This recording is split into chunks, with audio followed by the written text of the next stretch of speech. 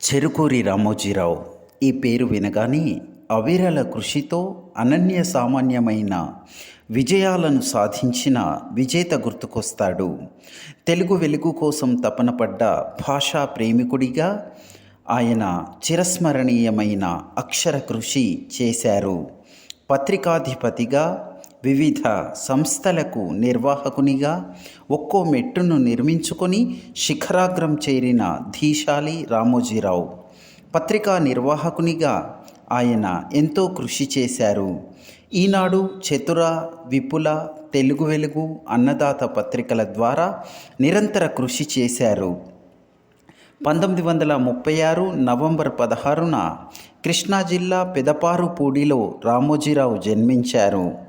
ఈనాడు దినపత్రికను 1974 August 10న Visakha సాగర తీరంలో ప్రారంభించారు. పత్రికను స్థాపించిన 4 ఏళ్లలోనే పాఠకుల మానస పుత్రికగా అది బహుళ ప్రజాదరణను పొందింది. సంచలనాత్మక సినీ పత్రిక సితారను ప్రారంభించి కోట్లాది మంది పాఠకులకు రామోజీరావు చేరువయ్యారు. కథలు, నవలలు చదివే పాఠకుల కోసం చతుర, విపుల మాసపత్రికలను నడిపారు. రైతులకు వ్యవసాయ విశేషాలను అందించేందుకు అన్నదాత పత్రికను నెలకొల్పారు. ఈటీవీని తెలుగుతో పాటు పలు భాషల్లో ప్రారంభించి బుల్లితెరపై విప్లవాత్మక సంచలనాలకు కారణమయ్యారు. ఈటీవీలో పాడుతా తీయగా వంటి ప్రయోగాత్మక కార్యక్రమాలను నిర్వహించి ఎంతోమంది ఔత్సాహిక గాయకులకు ప్రోత్సాహమిచ్చారు. మార్గదర్శి సంస్థను ప్రారంభించారు. ఉషా కిరణ్ మూవీస్ బ్యానర్ను ప్రారంభించి నిర్మాతగా ఎన్నో స్ఫూర్తిదాయకమైన చిత్రాలను నిర్మించారు. ప్రపంచంలోనే అద్భుతంగా పేరొందిన రామోజీ ఫిల్మ్ సిటీని రూపొందించారు.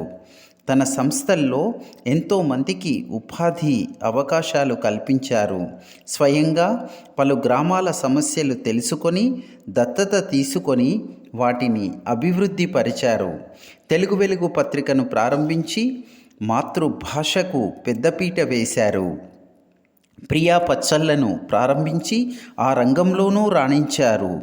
సంపాదకీయాలను తనదైన పద్ధతిలో రాసి పత్రికా రచయితగా తన ప్రాధాన్యతను నిలుపుకున్నారు.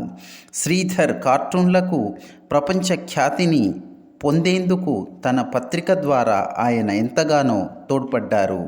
అంతర్యామి శీర్షికతో వ్యాసాలను ప్రచురింపజేయడంతో పాటు ఆధ్యాత్మిక కార్యక్రమాలను కూడా నిర్వహించారు.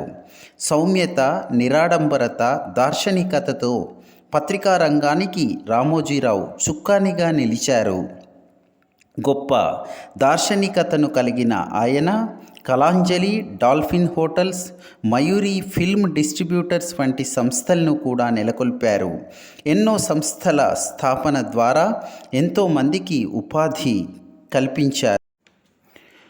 విభిన్న రంగాలలో లక్ష్యాలను నిర్ణయించుకొని ప్రణాళికను ఏర్పరచుకొని పట్టుదలతో కృషి చేసి విజేతగా రామోజీరావు నిలిచారు.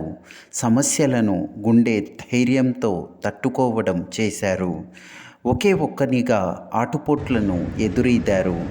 తొణకని ధీరత్వంతో చివరి వరకు నడిచారు. ఆలోచనలతో కొత్త దారుల్ని నిర్మించడంలో ఆయన దిట్ట. రామోజీ పేరుతో దేశవ్యాప్తంగా ప్రసిద్ధి పొందారు. బాల భారతం పత్రికను కూడా నడిపారు. ప్రపంచంలోనే పెద్ద సినీ స్టూడియో రామోజీ ఫిల్మ్ సిటీకి ఆయన ఎన్నో హంగులను సమకూర్చారు.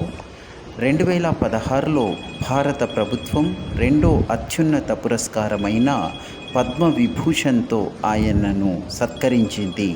రామోజీరావుకు భార్య రమాదేవి, కిరణ్, సుమన్ కుమారులు.